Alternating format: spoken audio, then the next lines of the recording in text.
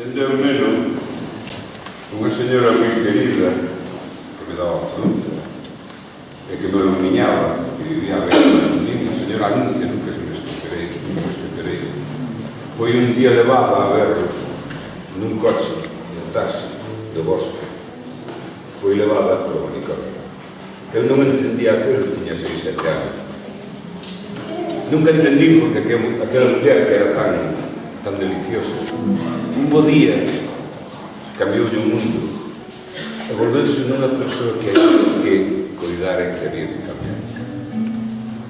A oración polos tolos que escribe Díaz Castro está inmersa nese mundo. Ele entende os tolos como os entendíamos daquela, como neste país, no que hoxe lle chaman rural e nos sempre lle chamamos a aldea.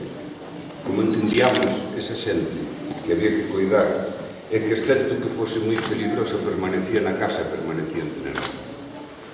É un poema delicioso que, como moitos de Díaz Castro, traspasa esas fronteiras que nunca entenderemos onde está a maxia, onde está a poesía, onde está a lingua habitual.